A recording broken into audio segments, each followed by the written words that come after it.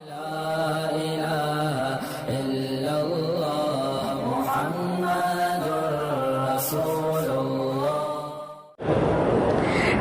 میں پردہ ان رشتہ داروں سے کرنا فرض ہے جن سے آپ کا نکاح ہو سکتا ہے. جن سے نکاح نہیں ہو سکتا پردہ بھی نہیں ہے، جیسے باپ ہے، بھائی ہے، بیٹا ہے، سسر، چونکہ ان سے نکاح نہیں ہو سکتا. اب چچے داد ہے، خالہ داد ہے، پھوپھی داد ہے، نکاح ہو سکتا ہے، وہ تمہارا محرم نہیں ہے، پردہ ضروری ہے. عورت کو پردہ چہرے کا کرنا چاہیے، نہیں پاؤں کا کرنا چاہیے.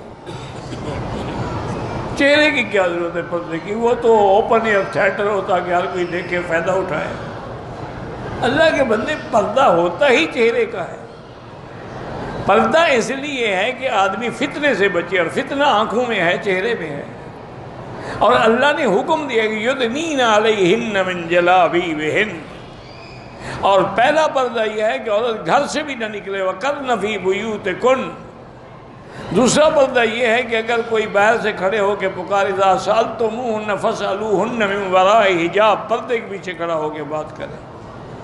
اور تیسرا پردہ یہ بھی ہے کہ اگر کوئی غیر مرد بات کرے تو اسے نرم لہجے میں بات نہ کرے، سختی سے جواب دے. اور چوتھا پردہ یہ بھی ہے کہ گھر میں خامند یا بھائی یا باپ نہیں ہے تو کسی کو آنے کی اجازت نہ دے. یہ سارے پردے کے احکام ہیں. ابھی تک 1400 سال گزر گئے ہیں، ابھی حد تک آپ کو یہ پتہ نہیں لگا کہ پردہ چہرے کا ہوتا ہے یا پاؤں کا ہوتا ہے. وہ کون سا جانور ہے جس کو مارنا ثواب ہے؟ وہ کم کیڑا ہے نا جی. اس کو کہتے ہیں کہ وہ ابراہیم علیہ السلام کے آگ کو ہوا دے رہا تھا، پھونکے مار رہا تھا کہ اچھے خاص زیادہ چلے. اور یہ جو چھوٹی سی اوپر سے کڑچی ہوتی ہے نا، یہ آ کے پانی پھینکتی تھی، تو اس لیے اس کو نہ مارا جائے، اس کو مارا جائے.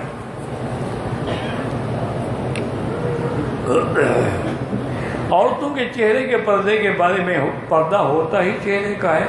حج اور عمرے میں دیکھو اللہ کے بندے، حج عمرے کے احرام میں چہرے کا پردہ نہیں. اس کا مطلب ہے آگے پیچھے ہے نا. اگر آگے پیچھے بھی پردہ نہیں تھا تو پھر عمرے میں حکم دینے کا کیا مطلب؟ مرد کو سر پہ احرام کی حالت میں کپڑا نہیں ڈالتے، یعنی آگے پیچھے تو ڈالنا ہے. تو اس سے تو الٹا پردہ ثابت ہو رہا ہے. باقی یہ ہے کہ وہ کیا کریں. اگر مرد سامنے ہوں تو بی بی عائشہ فرماتی ہیں کہ جب مرد قریب آتے صدلنا علی وجوہنا، ہم کپڑا ایسے کھینچ لیتی تھی جیسے عورتیں گھونگھٹ نکالتی ہیں، اور جب مرد چلے جاتے ہم اٹھا دیتے. پردہ تو ہے. جو خواتین بغیر پردے کے حرم میں آتی ہیں ان کی اصلاح کیسے کی جائے؟ ان کے خامند، بھائی، خاندان کو غیرت کرنی چاہیے کہ ان کو نہ آنے دیں بغیر پردے. لوگ تو نہیں سمجھائیں گے نا، یہ تو تمہاری ذمہ داری ہے. کلکم مسئول عن رعیتہ. اگر تیری بیوی پردہ نہیں کرتی تم قیامت میں پکڑ جاؤ. اگر وہ نماز نہیں پڑھتی تم جہنم میں جاؤ، کیونکہ حضور نے فرمایا تم اس مسئول ہو، ذمہ دار ہو اس کے. میری بیٹیاں بھی ذرا پوری توجہ سے میری بات سنیں کہ جو با حیا بیٹیاں ہوتی ہیں، با شرم بیٹیاں ہوتی ہیں، اللہ کی بڑی عابدہ زاہدہ بیٹیاں ہوتی ہیں. دیکھیں کہ بی بی عائشہ کو کیا فکر تھی. اس نے جو سوال کیا حضور سے وہ یہی تھا کہ یا رسول اللہ صلی اللہ علیہ وسلم، جب قیامت والے دن ہم آپ اٹھیں گے قبروں سے تو ایک دفعہ آپ نے یہ بھی فرمایا کہ جیسے ماں کے پیٹ سے آئے تھے ایسے اٹھیں گے، حفاتن عراۃن غرلن، یعنی کپڑا بھی اوپر نہیں ہوگا. اور یہ بھی حدیث میں کہ اول من یکسا، سب سے پہلے حلہ جو ہے وہ حضرت ابراہیم کو پہنایا جائے گا. تو بی بی عائشہ رضی اللہ عنہ فرماتی ہیں حضور جب ہم قیامت میں اٹھیں گے کفن بھی نہ ہوگا، ادھر مرد ہے ادھر عورت ہے، ایک دوسرے کو دیکھیں گے. اس وقت بھی بیوی کو اپنے حیا اور پردے کا خیال کہ ہمارے پردے کا کیا ہوگا جب قبروں سے اٹھیں گے. اور عورت ہوتی ہی وہی ہے جس پر ماں باپ کی نظر پڑے یا شوہر کی نظر پڑے. جس کو سب دیکھتے رہیں وہ تو چلتی پھرتی لاش ہوتی ہے، عورت نہیں ہوتی.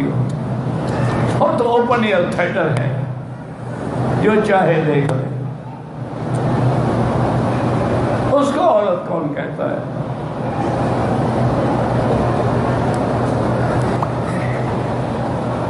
یہ تو چلتی پھرتی لاشیں ہیں،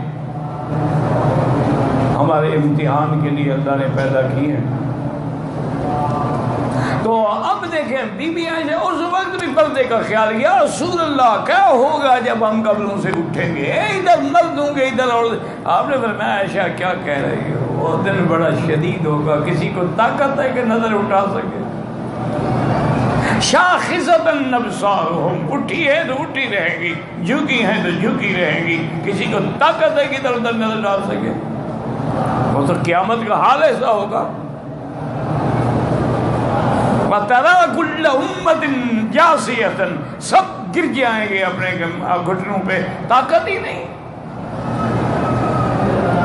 وَأَوَّلَ مَن يُكْسَىٰ حُلَّةً مِّنْ حُلَلِ الْجَنَّةِ أَبِي إِبْرَاهِيمَ، حضور نے فرمایا کہ سب سے پہلے جوڑا لباس جنت کا جو ہے میرے اب ابراہیم کو پہنایا جائے گا۔ صحابہ نے پوچھا کب لگا یا رسول، آپ سے بھی پہلے؟ فرمایا نام قبلی، مجھ سے بھی پہلے پہنایا جائے گا۔ صحابہ نے پوچھا حضور آپ سے پہلے؟ فرمایا اللہ کی توحید کے لیے میرے ابے کے کپڑے اتارے گئے۔ آج تو لوگ وہابی کہتے ہیں، تمہیں تکلیف ہوتی ہے، انبیاء تو شہید ہوئے توحید کے لیے، انبیاء کو آگ میں ڈالا گیا، میرے مدنی کے دندان مبارک شہید ہوئے۔ تمہیں ذرا سی تکلیف آتی ہے تو جی سارے مخالف ہیں جی، سارے بدتی ہیں جی، ہوتے رہے۔ مزہ تو یہی ہے نا کہ توحید کے نام پہ مار پڑے اور تیری زبان پہ ہو آدن آدن آدن۔ پھر دیکھو بلال جیتتا ہے یا مکے کے کافر جیتتے؟ مار کھانی پڑتی ہے لیکن باطل مٹ جاتا۔ بلال کی اماں آئی نا تو کہنے لگی بلال رضی اللہ عنہ، رضی اللہ عنہ، اللہ اکبر اللہ اکبر۔ حضرت بلال بے ہوش ہے، ظالموں نے تپتے ہوئے پتھروں پہ لٹایا ہوا ہے اور اتنے بڑے بڑے کانٹے کھجوروں پہ لے کے مارے ہوئے ہیں اور سینے پہ چٹان رکھی ہوئی ہے پتھر۔ بلال بے ہوش ہے، آنکھ کھلتی ہے تو وہی احد احد احد، یہ ہے توحید۔ اللہ اکبر۔ تو اماں نے کہا بلال میں بھی مسلمان ہو چکی ہوں لیکن اپنا اسلام چھپاؤ، اپنے آپ کو برباد نہ کرو، مان لو میاں کی بات، ظاہری طور پہ مان لو۔ تو بلال کو ہوش آیا، بلال مسکرائے۔ اماں نے کہا بلال اس حال میں مسکرا رہے، فرمانے لگی اماں آج مجھے پتہ لگ گیا مکے کے کافر ہار گئے، بلال جیت گیا۔